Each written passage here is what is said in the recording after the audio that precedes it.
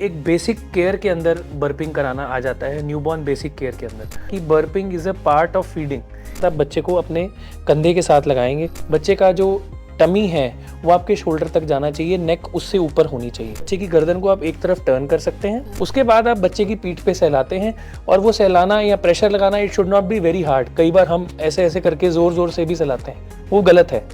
ना ही बहुत माइल्ड होना चाहिए, it should be just a gentle kind of movement. Newborn care पर एक बार फिर इस वीडियो में बात बच्चे को डकार दिलाना, बर्प कराना कितना ज़रूरी है। लेकिन उससे पहले गुजारिश, सेहतनामा को सब्सक्राइब ज़रूर करिए, बेल आइकन प्रेस कर दीजिएगा ताकि आपको हमारी सारी वीडियोस की नोटिफिकेशन मिलती रहे। सो डॉक्टर सौरभ कपूर से बात करते हैं, वो बताएंगे बच्चे को डकार दिलाने का सही तरीका और क्यों डकार दिलाना, उसके लिए वक्त निकालना माँ के लिए ज़रूरी है। बहुत बहुत नमस्कार स्वागत जी। सर। बच्चे को डकार दिलाने का सही तरीका, छोटे पैदा होते हैं बच्चे, छोटे से 1 दिन का बच्चा, 2 दिन का, 1 महीने का, कितना ज़रूरी है बच्चे को सही तरीके से डकार दिला जाए, सबसे पहले ये बताइए। तो I think it is basic, जो हम एक बात करते हैं न्यूबॉर्न केयर की, तो उसमें बर्पिंग का एक बहुत ही इम्पॉर्टेंट रोल है। आप कभी भी, हम जब पेशेंट से बात करते हैं, मिलते हैं, राउंड्स पे जाते हैं, मरीज़ों से, मम्मी से मिलते हैं उसकी, तो हम कुछ ही चंद सवाल जो हैं डेफिनेटली पूछते हैं, जिनमें से एक ये होता है कि आपने फीड कराया कि नहीं कराया, बच्चे ने यूरिन स्टूल पास किया कि नहीं किया, और फीड कराने के बाद क्या आपने बर्प कराया था या नहीं कराया था। तो दैट मीन्स एक एक बेसिक केयर के अंदर बर्पिंग कराना आ जाता है, न्यूबॉर्न बेसिक केयर के अंदर। तो और सबसे जो वल्नरेबल चीज़ है वो भी यही है कि सब इसमें तरह तरह के इनपुट्स मिलते हैं, ग्रैंड पेरेंट्स से, और कई रिलेटिव से, फ्रेंड से। The moment you have a baby, आपको तरह तरह के इनपुट्स मिलते हैं कि ऐसे बर्प कराना है, ऐसे बिठाना है, ऐसे कराना है, और कई लोग ये भी, हमारे ज़माने में ये होता था, ये होता था। तो all these things will come into picture. पर तो हम साइंटिफिकली बात तो अगर करेंगे। हम आज साइंटिफिकली उसको एक्सप्लेन करने की कोशिश करें, कुछ काफ़ी हद तक चीज़ें ठीक भी हैं, लेकिन कई बार ऐसा होता है कि हम उनको उस तरीके से करने के चक्कर में हम हार्म ज़्यादा करते हैं और बेनिफिट कम होता है। तो ये जानना, ये बहुत इंपॉर्टेंट है जानना कि it is a part of normal care, it is a part of feeding itself. तो अगर मैं ये भी बोलूँ तो गलत नहीं होगा कि burping is a part of feeding, कि जब आप फीड करा रहे हैं, जितना ज़रूरी फीड देना है उतना उतना ज़रूरी ही ज़रूरी डकार दिलाना उसको है। बर्प देना भी है। तो क्योंकि हम सब जानते हैं कि अगर बर्प नहीं कराएंगे प्रॉपरली तो क्या क्या नुकसान होते हैं। बच्चे को बहुत गैस बन जाती है, बच्चा बहुत इरिटेबल हो जाता है, दूध वापस निकालता है, उल्टी कर सकता है। कई बार बच्चे चोक कर जाते हैं उल्टी करते हुए। तो गैस इकट्ठी होने की वजह से पेट में क्रैम्पिंग होती है, कोलिक होता है।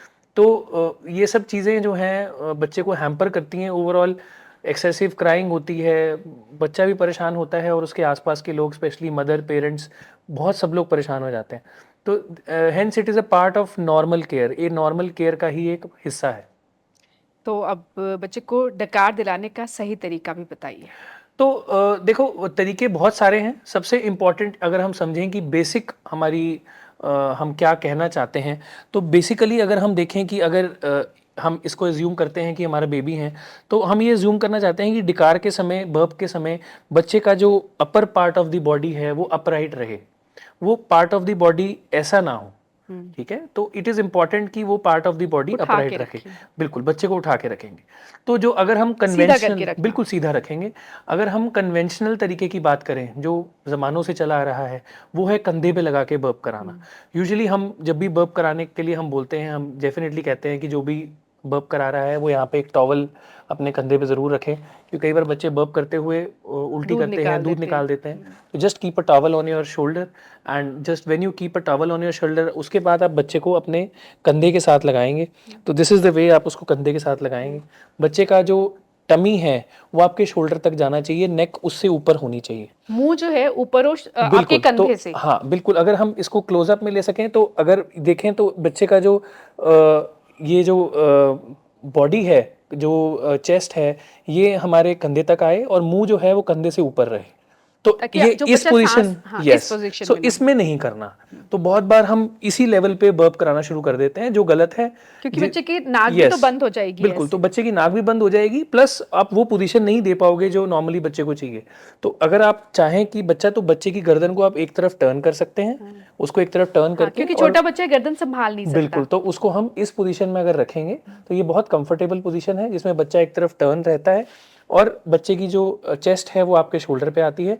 उसके बाद आप बच्चे की पीठ पे सहलाते हैं, और वो सहलाना या प्रेशर लगाना, it should not be very hard. कई बार हम ऐसे ऐसे करके जोर जोर से भी सहलाते हैं, वो गलत है।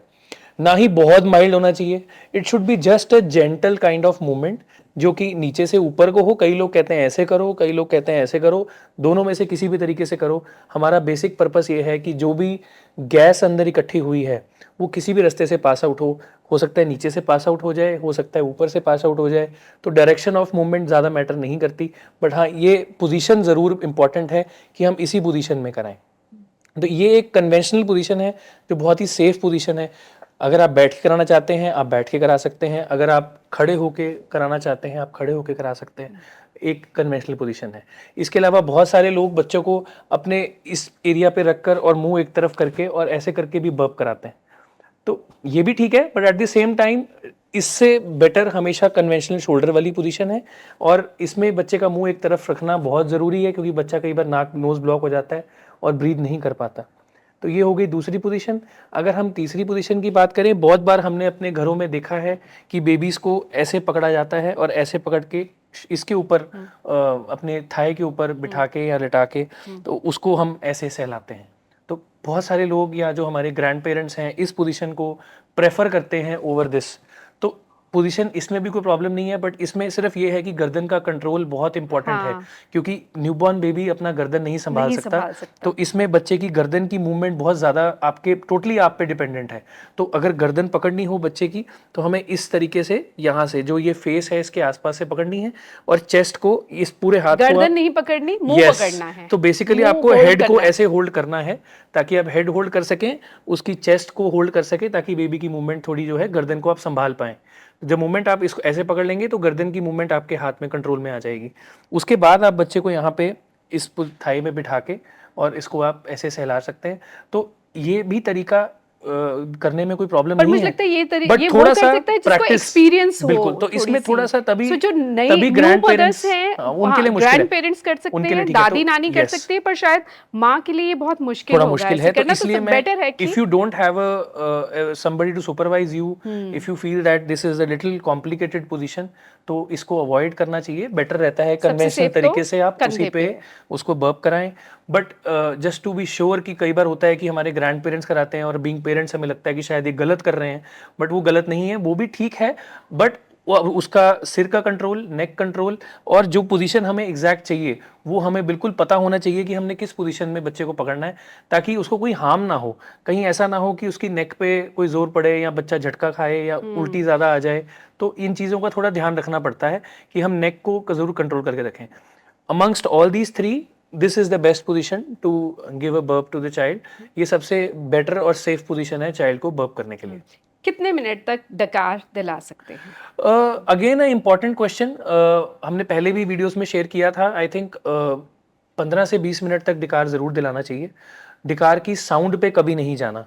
कई बार ऐसा होता है कि बच्चा 5 मिनट में साउंड ले लेता है और हमें लगता है डिकार ले लिया, और हम उसको लेटा देते हैं नीचे, वो गलत है। जैसे हमने कई बार पहले भी शेयर किया है ये चीज़, कि जो फूड पाइप है वो स्ट्रेट होती है बच्चों की, और दूध वापस आने की टेंडेंसी बहुत हाई होती है। तो 15 से 20 मिनट का टाइम दूध को लगता है पेट से आगे मूव करने में, इसीलिए ये टाइम हम डिफाइन करते हैं। चाहे आपको ये टाइम ज़्यादा लगे, आपको लगता है कि इतनी देर कौन करेगा, मदर थक जाएगी और हमारे पास कोई सपोर्ट के लिए नहीं है, और बट आई थिंक वो चीज़ें सब सेकेंडरी हैं। एक पॉइंट ऑफ टाइम पे बेबी को जो केयर हम दे रहे हैं एटलीस्ट वो परफेक्ट दें। उसके अलावा जो सपोर्ट है हमें, और definitely as family support important है उस टाइम पे, मदर के लिए भी इंपॉर्टेंट है उस टाइम पे सपोर्ट मिलनी, बट उसका मतलब लेकिन ये एक नहीं माँ है के लिए हम सबसे इम्पोर्टेंट उस वक्त बेबी अपने है। बच्चे को सो पालना है सही तरीके बिल्कुल से। बिल्कुल, तो हमारी केयर में कॉम्प्रोमाइज़ करना जस्ट बिकॉज हमारे पास टाइम कम है, I don't think so that is right. उससे प्रॉब्लम्स बिल्कुल, बढ़ेगी। सो हम और कॉम्प्लिकेशंस इनवाइट कर जाते हैं उसी वजह से। तो आई थिंक टाइम तो निकालना पड़ेगा, क्योंकि अगर बेबी के लिए हमें उसको बर्प कराना है, फीड कराना है, तो स्पेसिफिकली स्पीकिंग कई मदर्स का ये कंप्लेंट होती है कि बच्चा बहुत फ्रीक्वेंटली दूध पीता है, कि हमने 1 घंटा में दूध पिलाया, 20 मिनट बर्प कराया, फिर बच्चे ने पॉटी कर दी, फिर बच्चे को भूख लग गई, फिर हम दूध पिला रहे हैं, तो हम तो यही करते रह गए। पर वो इसी चीज़ को हम समझाना चाहते हैं कि ये साइकिल गलत है। आप वो गैप को, इंटरवल को 2-2.5 आवर्स का गैप रखिए 2 फीड्स के बीच में। अगर आप बच्चे को बहुत फ्रीक्वेंटली फीड करते जाएँगे, तो वो बच्चा कभी भी पेट भर के दूध नहीं पिएगा, थोड़ी क्वांटिटी में दूध पिएगा। आप उसको दूध प्रॉपर्ली जितना 15-20 मिनट के बाद उसको फिर भूख लगेगी, आप फिर दूध पिलाएँगे, तो आप खुद ही उस साइकिल में फँस जाएँगे। So let it be. अगर बच्चा आपका क्राई भी कर रहा है, तो थोड़ा उसका 1 घंटा, आधा घंटा टाइम गुज़ारने की कोशिश कीजिए, उसको डिस्ट्रैक्ट करने की कोशिश कीजिए, ताकि आप जो है उस बच्चे को 2 ढाई घंटे के बाद जब दूध पिलाते हैं, तो वो पेट भर के दूध पिएगा, एक ही बार में दूध पिएगा। 20 से 25 मिनट तक वो दूध पिएगा, 15 से 20 मिनट आप बर्प कराएँगे, तो एक फीडिंग साइकिल अराउंड 40 मिनट्स के आसपास का होता है। उतना ही हम सबको रिकमेंड करते हैं। मुझे लगता है कि 2 ढाई घंटे के बाद 40 मिनट्स तो बच्चे की केयर के लिए हमें स्पेयर करने ही पड़ेंगे। Definitely, because they are so vulnerable population, इतनी छोटे होते हैं कि इनको हैंडल करना, इनकी केयर में अगर कहीं भी कुछ कॉम्प्रोमाइज़ आता है, तो उसके फिर आउटकम्स कई बार ख़राब भी होते हैं। तो हमें उन चीज़ों को ध्यान में रखना है। एक तो ये आप किस उम्र के बच्चों के लिए कह रहे हैं, जो कुछ दिन के हैं, कुछ महीने के लिए, और दूसरा सवाल ये कि बच्चों को कब तक डकार दिलाना चाहिए? तो किस उम्र तक? हाँ, बिल्कुल। तो डकार दिलाना, अभी हम स्पेसिफिकली आज तो शायद न्यूबॉर्न के बारे में ज़्यादा बात कर रहे हैं। तो न्यूबॉर्न पीरियड में तो definitely, which is the first month of life. But practically speaking, first 6 months तक, जब तक हम सॉलिड्स नहीं स्टार्ट कर देते बच्चे को, तब तक एटलीस्ट बर्प कराना बहुत ज़रूरी है। पहले 2-3 महीने बच्चे भी बहुत ईजिली बर्प करा लेते हैं। 3 से 6 महीने के जो बच्चे हैं, वो थोड़े से ज़्यादा एक्टिव हो जाते हैं।